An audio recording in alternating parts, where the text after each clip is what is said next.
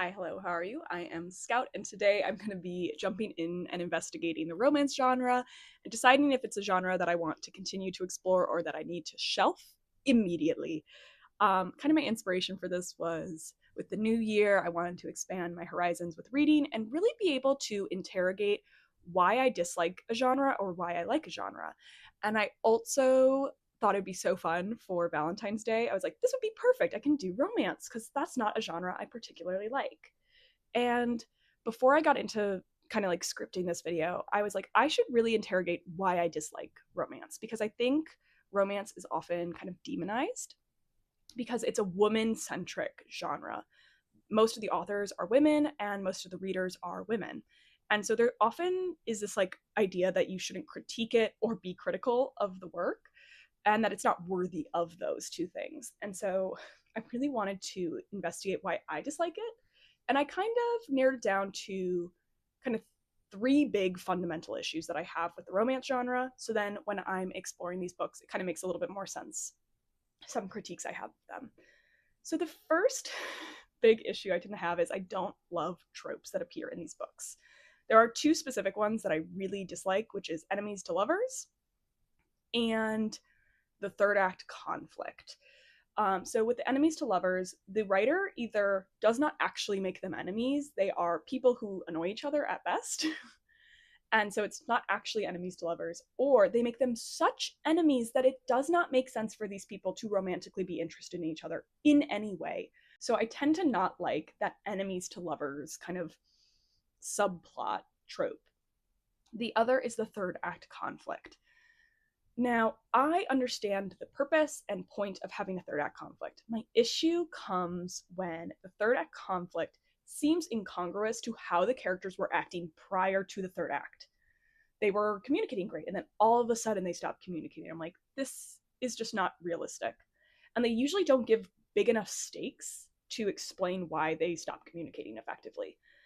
So I tend to dislike that third act conflict. My second issue is with the men. The men are always the same.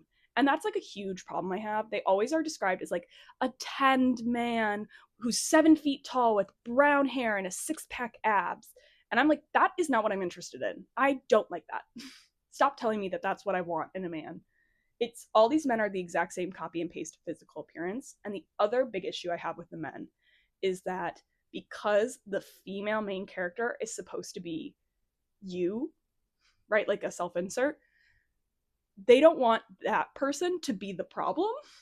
So often the men are the conflict. Like the problem is like the men.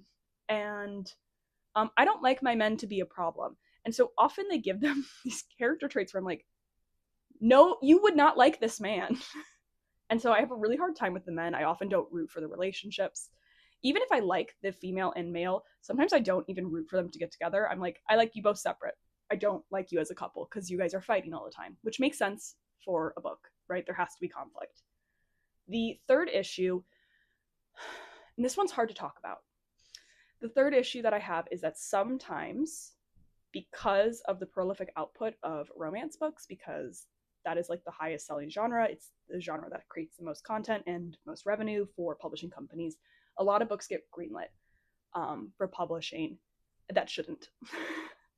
And the writing is bad.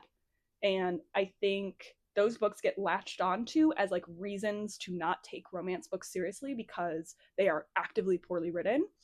And I read 3 romance books for this video, and only one is actively poorly written. So I don't want to demonize the entire genre and say that they are poorly written, but it seems that the poorly written books often become viral online. I am not sure why that happens, but they do. And that like really bad writing is a huge deterrent to me to the romance genre. That there are randomly books that are popular and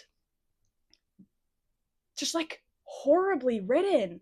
I'll get more into it when I get to that book, but I don't think that's like the majority of romance books, but I believe that's other people's perceptions because those are the books that go viral and become really famous from the romance genre. And so those are my like 3 big issues with the romance genre. And so when I'm getting into these books, like each of them embody an element of that. So why don't we start off with the first book, which is Great Big Beautiful Life by Emily Henry. So this follows Alice, and her love interest is named Hayden. They are competing for a book contract to write the biography of a heiress who has kind of become like a hermit in her elder years. Now, if you heard that plot and said, huh, that's Evelyn Hugo, it is. It is. It is the same book, premise-wise, and also it has the same twist. I don't know why that happened. I genuinely like Emily Henry. Like, I picked this book because I didn't want to be full of hate in this video, and I was like, I like Emily Henry. I have a signed copy of one of her books. So I was like, I'll read one because, like, I know I like her, and this is one I haven't read. And I think she's original and a really good author. Why is this Evelyn Hugo? It is. It is. It's Evelyn Hugo with the same twist. That was what was crazy to me, is like, why'd you take the same twist? Like, there had to be a conversation with her publisher at some point, or her agent, that was like, hey, this is the same book with a romance added in. It was weird. I like was kind of shocked by that showing up in this book. And also I had a really it was just weird to like see her take the same concept and the same twist. I think if it was the same concept without that twist that is the same as Evelyn Hugo's, I'd be like, you know what? Like, it's not, Taylor Jenkins Reid doesn't own the concept of writing a biography for an old lady. So like, it's with the twist is the problem. And I liked this book. I thought this book was really well written. It was enjoyable. I described it in my journal. I have not my writing journal. I didn't write this book. I have my reading journal in front of me to like kind of look at my own notes. And I described this book as like a bag of popcorn. It's super enjoyable. It's fun and a quick eat, but like, I'm not having 2 bags of popcorn. I'm not reading this book again. I'm uninterested in it. It really was just like a little fun treat that I'm good. I don't need 2 bags. No one ever wants 2 bags of popcorn. And so I just was really shocked by this book. There were like 2 things that seemed really egregious to me in the writing, besides the fact that it was Evelyn Hugo part 2. I should speak on some of the positives because I did like this book. I rated it an 8 out of 10. So even me being like, there are big problems with this book, 8 out of 10, I still thought this book was really well written, really enjoyable. I already recommended it to my friend, but like, there are issues with this book. Also, the cover's ugly. I didn't mention that, but the cover's ugly. It's foul. I hate that cover. Okay. Now into the things that I liked. I actively liked Alice and Hayden. Alice is a manic pixie dream girl. But I liked her. Hayden is likable and interesting. He is stereotype, like straight up, he's like 7 feet tall and like dark hair and like muscular, and I'm like, okay, whatever. I did like them as characters separate from each other, and I liked them as a couple. I liked that the characters were immediately interested in each other, and that the reason why they couldn't date, or like the conflict that was setting them up, was that they're both competing for a book. Like, I enjoyed those elements of the book, and I was actively rooting for them. The thing I was not liking or interested in was the actual heiress's plotline. And I've seen this online, like a consensus, that part is bad. That people found that part like a slog and boring. And I'm kind of shocked because in Evelyn Hugo, it was reverse. I really liked the like heiress going through her life, and didn't like when they were like in reality talking to each other. And so I found the heiress part so boring, like eyes glazing over boring. And I wonder if the problem is Evelyn Hugo exists.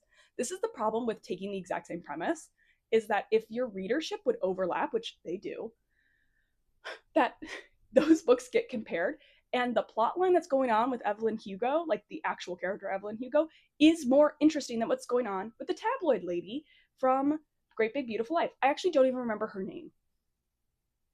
And I read this like literally 7 days ago. I don't remember the name. that's a problem. Like, that's actually like a fundamental problem, that I was so uninterested in that character that I don't even remember her name, and I thought she was so boring. Okay. So the issue of the boring part of the heiress life, yes. And like, you were so more interested in the romance aspect. Like, the romance was so much more interesting. The other thing, I need to keep my composure because I like lost my mind about this when it happened. It's the last chapter of the book. Now, I don't know if you've read this book, but the last chapter is a choice. And a choice I would not make. If I owned a physical copy, I borrowed from the library. If I owned a physical copy, I would rip that chapter right out. And it's not because all of a sudden the book takes like a U-turn. It doesn't. The last chapter is basically an epilogue. It's like a time jump, but you don't get to know what the time jump actually is because she doesn't tell you. It just gave me like a really gross feeling. I didn't like it. Because this book introduced an element that I hate. And I didn't even know I hated it until I got to it. So, spoiler for Great Big Beautiful Life's last chapter, if you haven't read it yet. She gets pregnant. Alice gets pregnant in the book, and I was so grossed out. I thought it was really gross. And I want children. And this was like the grossest thing that ever occurred to me in a book. I was like, ugh! Like gagging gross. It was so, like, honestly thinking about it makes me want to throw up. That's how disgusting that last chapter is. And I think it's like, she's trying to do the romantic, like, he's so good with kids. That, I hate that. I hate when they're like, he's good with kids. Yeah, most people are. Most people are kind to children. That's like a really low bar to be like saying like, well, he's good to children. Babes, he should be.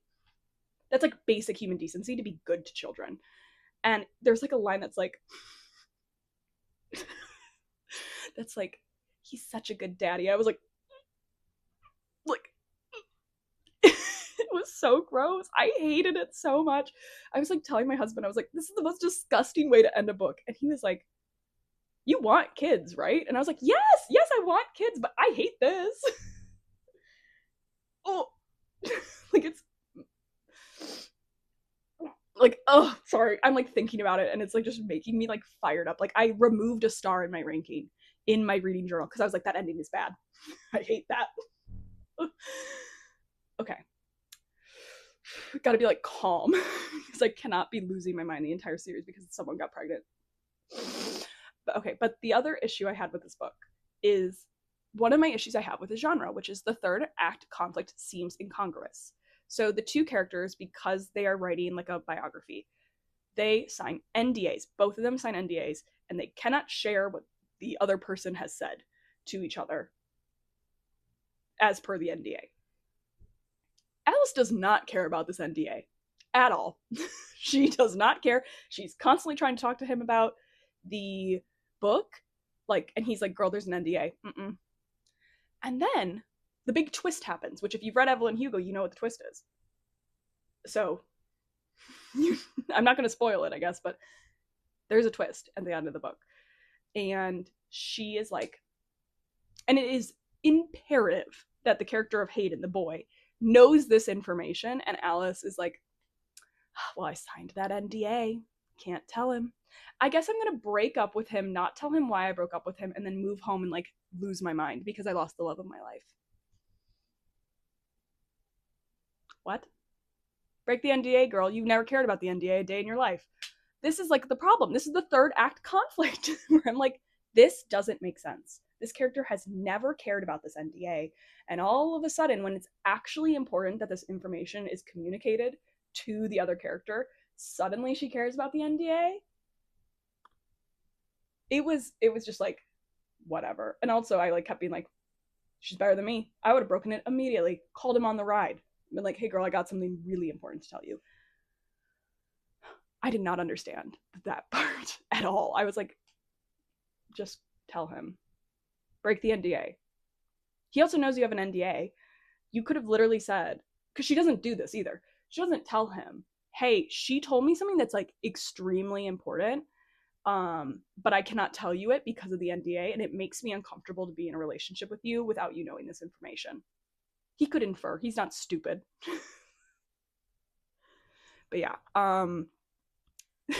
so I had some issues with the book that were like romance issues, and also like weirdly with the premise. I'm kind of shocked that that happened, but I thought this book was good. It didn't make me uninterested in romance books, but I was just like slightly like, I don't know if I'll read Emily Henry books. I think this is again going to turn into an author who I get from the library. I said that about Lucy Foley a while back, that I really like her books and I think they're well written, but they're not books that I actively want to reread, and so I don't want to purchase them. And so I'll just kind of borrow from a library. I talk about the second book I read, which is Exit Lane by Erica Furnick.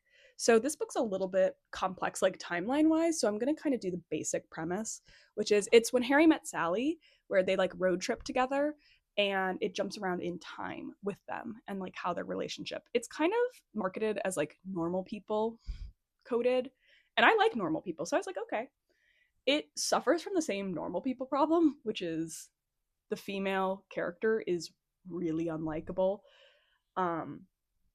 Marin is the problem. The author kind of gets around the problem of the boy character is annoying because he's the conflict, with making the female character the conflict, which makes her incredibly insufferable and annoying. Which I think is a really hard sell, to make a main female character that annoying and unlikable. She did it. And I actually ended up still liking this book. I just didn't like it as a romance. I didn't really want these characters to end up together. I liked Teddy and thought that Teddy should end up with someone else who was nice to him. And I thought Marin should go to therapy more. She does, but I think she should go to more therapy, honestly. Like all the therapy in the world, please. So kind of the good things that I liked about this book was Teddy was likable. I thought that the boy was interesting. I liked the conceit of two people like driving together. It also really talks about Iowa, and it just gave me like all the warm tingles in the world. I was like, oh my gosh, like yes, they're talking about things that I know and like can reference. I was like, oh, I love this like way that they talked about the Midwest, this like love for the Midwest. You don't often get to like read that. A lot of times the author is like, boo, the Midwest sucks. You only go there to like be a loser.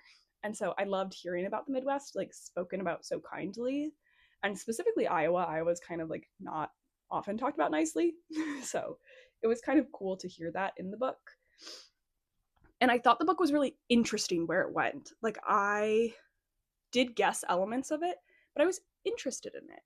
Now let's get to the bad things about this book.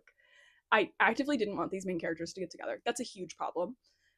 Marin is borderline unlikable to the point of insufferable to read from the point of view of. Also, there's lots of time jumps. There's a 3, a 2, and then another 3. It's like genuinely concerning that these characters are like, I'm still thinking about them every day. I'm like, you should not. A person that you've only interacted with once, you should not be thinking about 3 years later, being like, oh my god, they haunt my dreams. We kissed one time and I think about it every day. You're like, oh my god, what? Like, that's weird. Like, that's really weird and like really uncomfortable to have two characters doing. I appreciate that they match each other's freak. They're both feeling that, but it's like, ugh. Also, the characters cheat with each other, which I don't love cheating. I'm not particularly interested in it. And it's such an avoidable thing. Like, just break up with the person you're not interested in. I just like wish that element didn't happen with a cheating element to it. I wish they had just done that when they were both single. And I think it would have served the exact same. Like, there wasn't a service to the cheating. If you're going to put cheating in the book, have it like mean something or be like important to the plot. It wasn't. Also, there is an unforgivable behavior that occurs in this book later on that I do not like that they got together at the end. I'm going to spoil it. So if you haven't read Exit Lane, click off now. Or you want to read Exit Lane. If you don't want to read it, you can listen to this. Teddy gets cancer. And he tells her. And she goes, I can't do this. And like leaves. And they don't speak for 3 years. in like he has entered remission when they start talking again.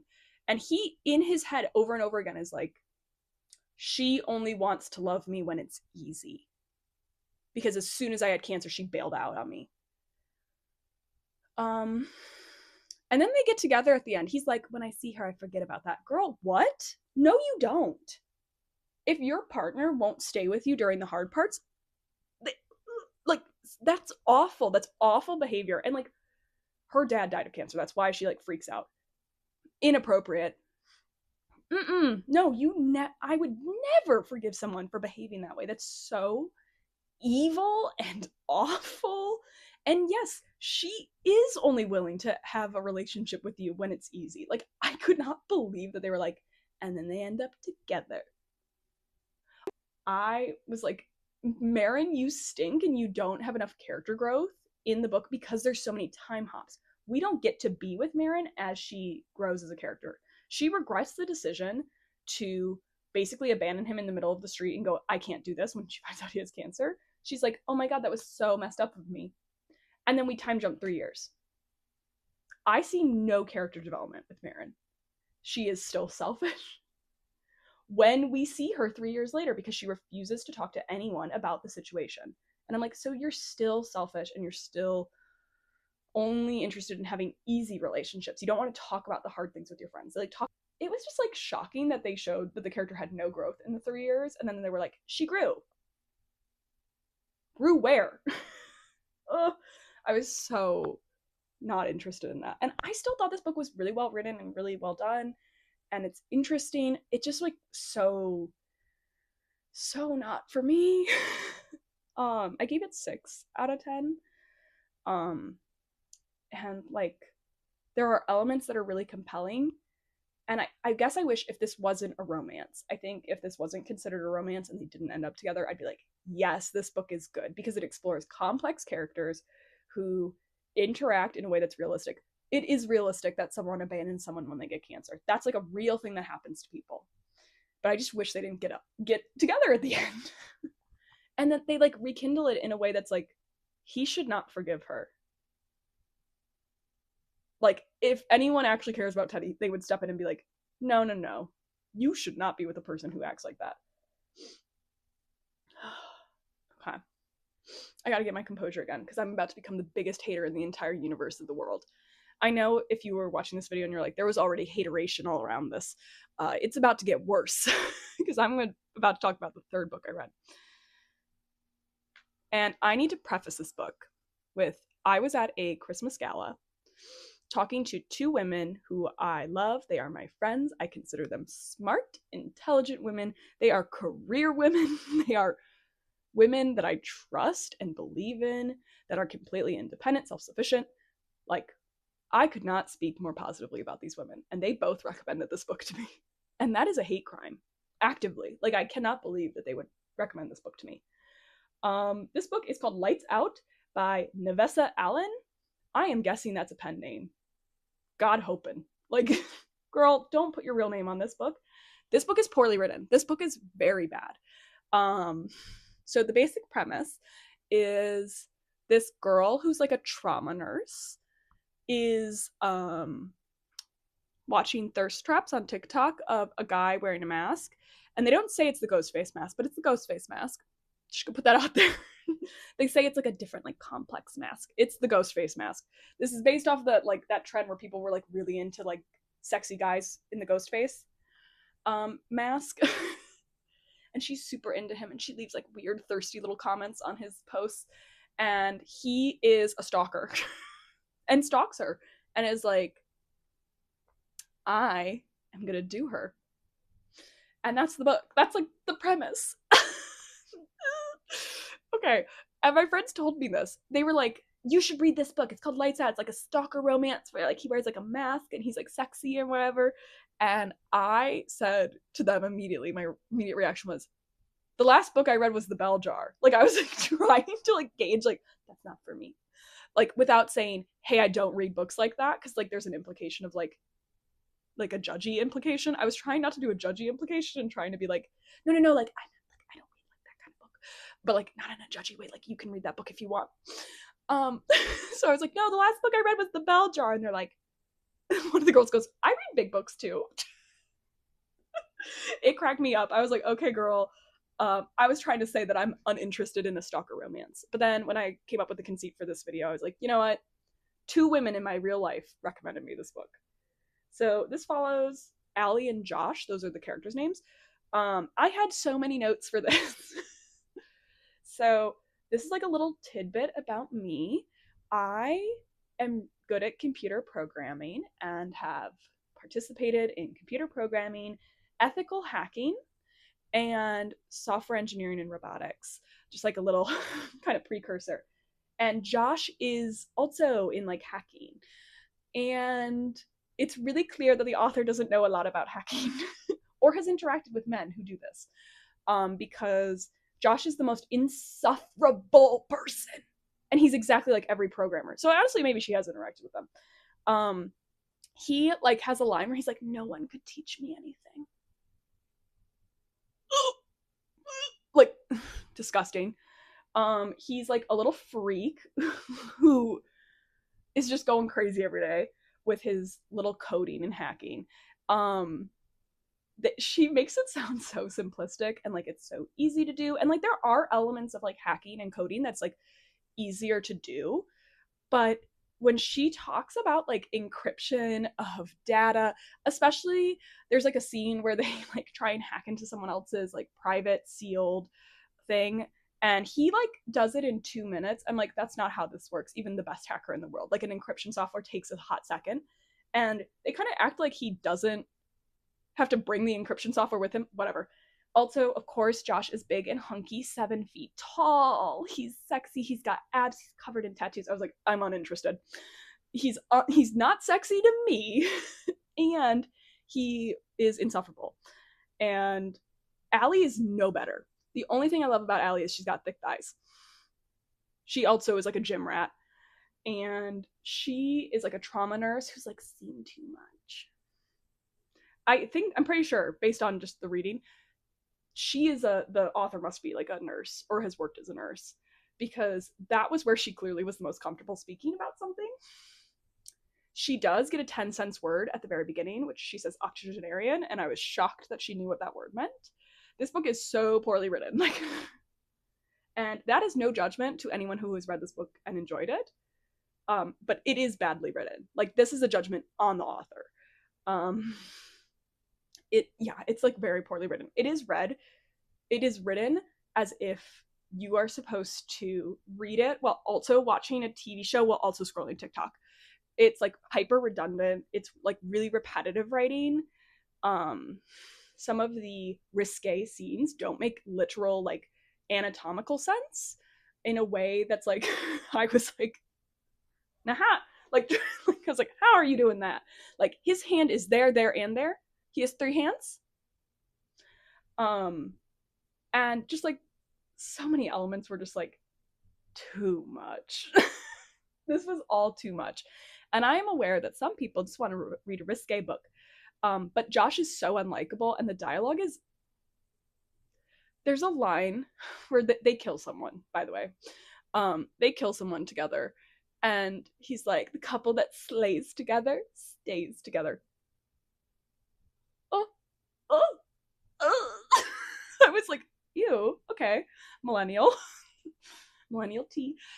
Also, so one of the plot lines in this book doesn't really have a real plot line. The plot line is having sex, but if there was a plot line, it's that he is insecure about his physical face because he's hot, because he looks like his dad, who's a serial killer. And like a documentary like came out about the dad, and his dad's Ted Bundy, basically.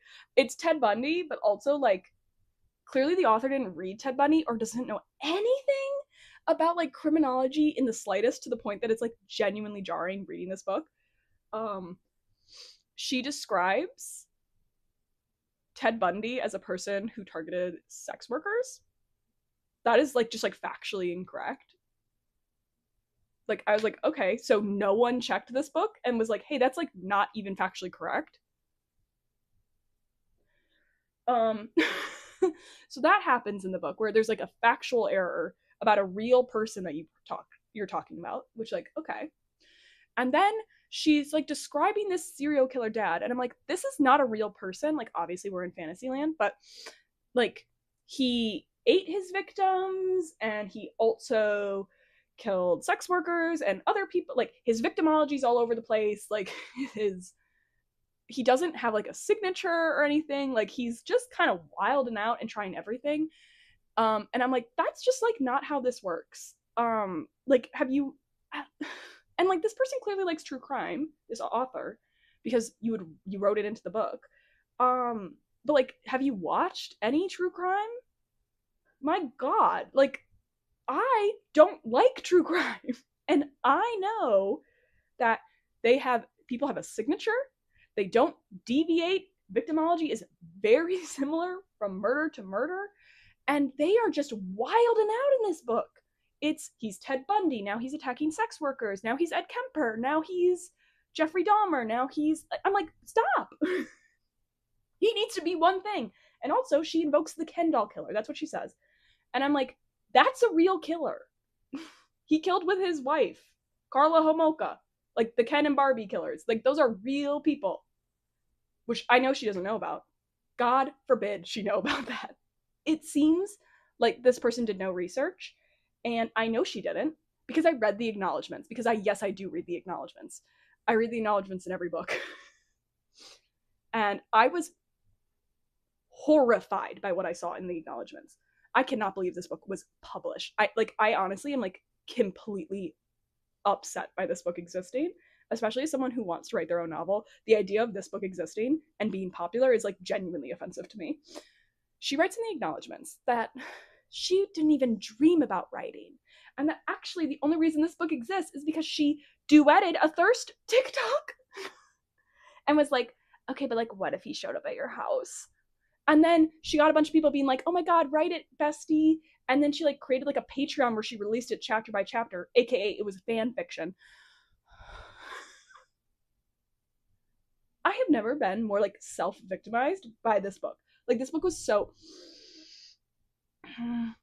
Also, this book has an interesting relationship with therapy. It wants to say that these characters are therapized to the max, which also like goes innately against dark romance books, because dark romance books, like, the point is that like they're dark and not saying like we should all go to therapy. Like, the critique of the characters need to go to therapy in dark romances is superfluous to the point of a dark romance. These are all characters that need therapy. That's the point.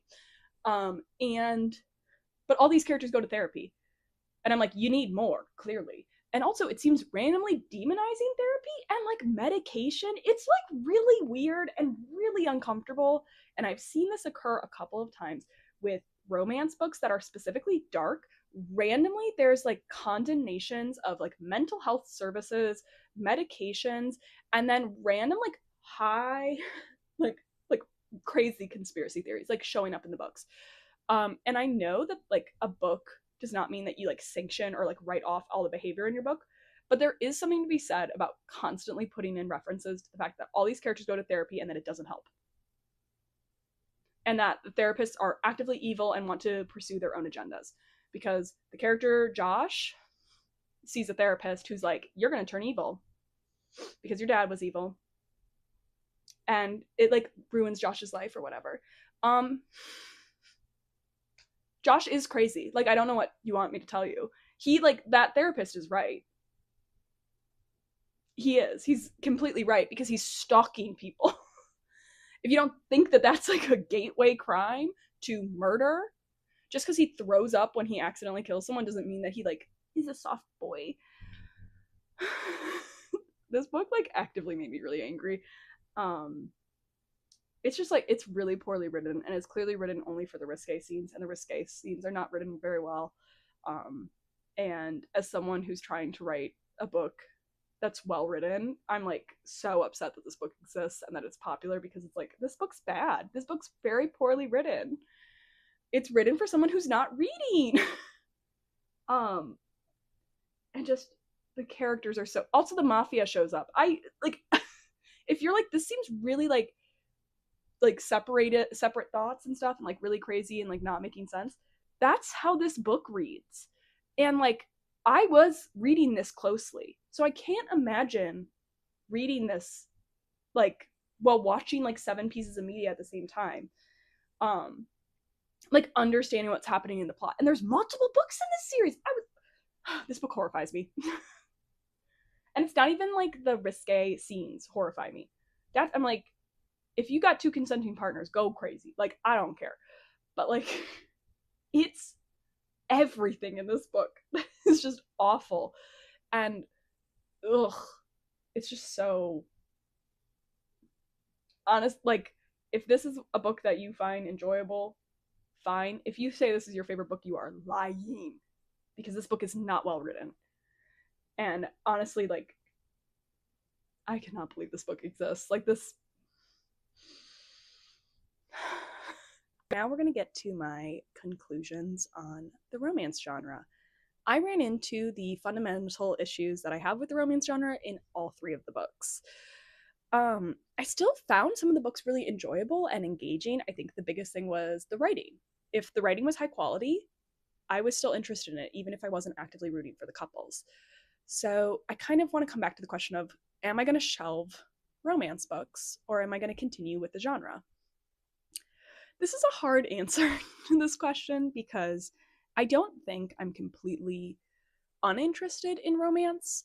I would definitely still like to read some more and kind of try out different subgenres, but definitely I didn't have a super positive experience with the books that I read. And so I think instead of shelving for eternity, I'm going to continue to investigate the genre, but be very selective when I do. And I think using the library would be the best tactic moving forward, continuing to rent out books instead of purchasing them, because it seems like it's a pretty big toss-up of if I'm going to like a book versus not. Okay, so that was the video. I hope you guys all enjoyed it. I honestly had a really fun time filming this. I felt like I was going crazy the whole time, but like kind of in a fun way. I'm so excited for the next video. I'll spoil it right now. The next video is going to be the Evermore video.